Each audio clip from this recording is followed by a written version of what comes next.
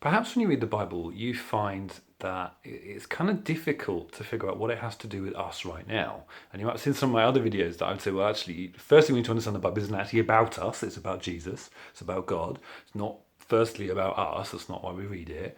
But you struggle to think, how do I apply these things? How do I know how to live my life? How do I know how to engage with Jesus? How do I know what to do with this? I wanted this analogy will help you out. That's what I want to talk about today. An analogy about a bridge.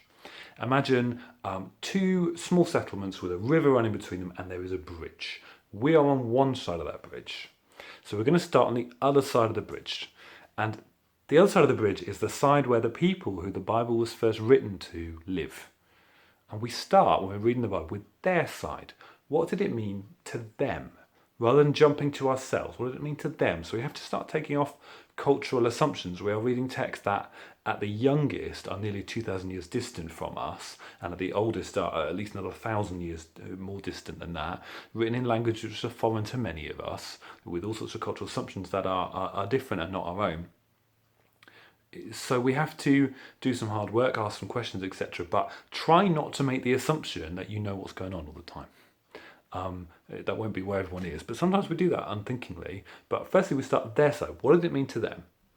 And then we become aware that our side is the culture we live in, and how does it apply to us and what's different, and that there is a gap between, and that's the gap of context, which is a kind of thing like, how do we apply this to us? Let me give you an example. In 1 Corinthians, I think chapter 11, there's a reference to women needing to wear head coverings when they pray.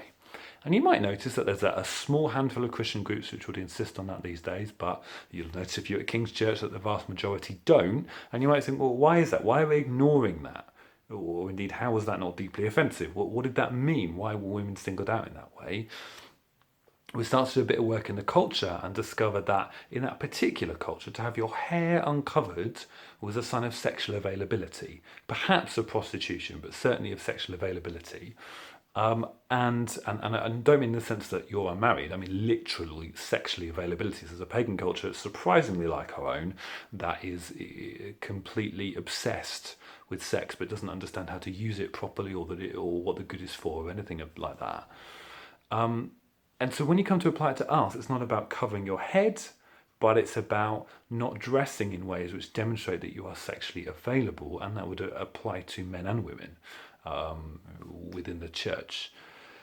And you see, therefore, that what we're doing is we're saying, what did that mean to those people? Well, we must do something that means the same thing to them in our culture, knowing that cultural mores have changed. And so to follow the way of Jesus still requires us, in that particular example that I've picked, to not dress like a prostitute. But it doesn't dictate what that means or what that looks like, and that is going to change from culture to culture, what that would mean. And it's much more about trying to ensure that you're thinking about God rather than anything else in this particular instance. And so what we have to do is we have to bridge the gap of context to go, well, how does that apply to us right now? What do we do with that? And at the same time, we have to remember that the Bible is not primarily a book of principles. And what I've just said can make it sound like it. Oh, you develop a principle. Oh, you should dress like this, and you should act like this, and you should do this. And we can kind of strain everything out of its original culture and go, well, I've got all these concrete principles that we can apply.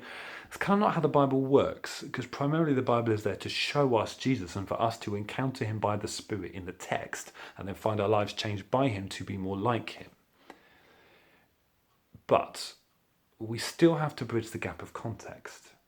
But actually, I think the primary danger for us as moderns in our society would not be that we apply things that we don't need to in the wrong way, but that we assume everything in the text was linked to the culture at the time, and so it does not have weight on us. And I would say instead what we need to do is lean on the side of believing the text. I think sometimes we can baptize the gap and therefore assume that we don't have to obey the Bible. And that's the outcome of it, is that you see plenty of Christians who say, oh, I don't really need to obey the Bible because culture's changed. So that's nonsense. Mustn't baptize the gap and build bridges over things that aren't gaps. We need to live where the Bible tells us to live. And we need to follow the Jesus who says, life is better if you follow me. Life is better if you come with me. Why not do this? So when we're reading the Bible, yes, bridge the context, but also believe Jesus. I'll see you soon.